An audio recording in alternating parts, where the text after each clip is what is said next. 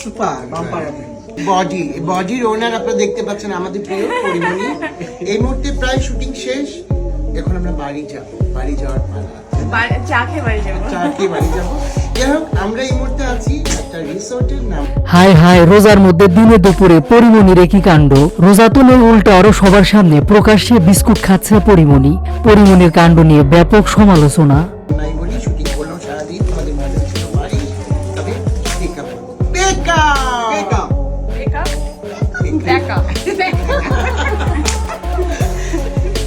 যেহেতু গৌতম সাহার বাড়ি সহকের সাথে অপবিশ্বাসের দ্বন্দ্ব চলছে, আর এই বিষয়টিতে যেন সুযোগের সদ্ব্যবহার করলেন চিত্রনায়িকা পরিমণি। তবে এখানে আরো একটি চাঞ্চল্যকর তথ্য আছে।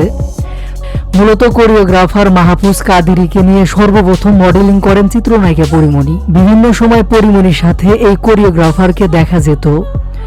এরপর হঠাৎ করে পরিমণিকে নিয়ে কাজ কমিয়ে দেন এই কোরিওগ্রাফার, তখন অপবিশ্বাসকে নিয়ে বেশি কাজ করেন। তারপর একটা সময় ধীরে ধীরে পরিমণিকে একেবারে বাদ দেন, তিনি অপবিশ্বাসকে নিয়ে কাজ করেন। ঠিক এর জন্য সম্প্রতি নিজের ফেসবুকে অপবিশ্বাস আর এই কোরিওগ্রাফারকে মেনশন করে ইচ্ছামতো ধুয়ে দেন পরিমণি। এদিকে এবার শেষ পর্যন্ত কোথাকার পানি কোথায় গিয়ে গড়ালো। পরিমণির কাজ খেয়ে দিয়েছে অপবিশ্বাস, আর তাই তো পরিমণি সোজা গিয়ে অপবিশ্বাসের শত্রু গৌতম সাহা আর বাড়ি সহকের সাথে এক হয়েছে। কিছুটা যেন এমনই হয়েছে। অন্যদিকে অপবিশ্বাসকে ছেড়ে দিয়ে গৌতম সাহা বাড়ি সহকের সাথে কাজ করছেন চিত্রনায়িকা পরিমণি। এদিন দিনভর শুটিং করে অনেক ক্লান্ত হয়ে পড়েন পরিমণি গৌতম সাহারা। ঠিক এই সময় পরিমণি গৌতম সাহা যে কাণ্ড করেন তাতে সমালোচকরা বেজায় ভাবে চটেছে।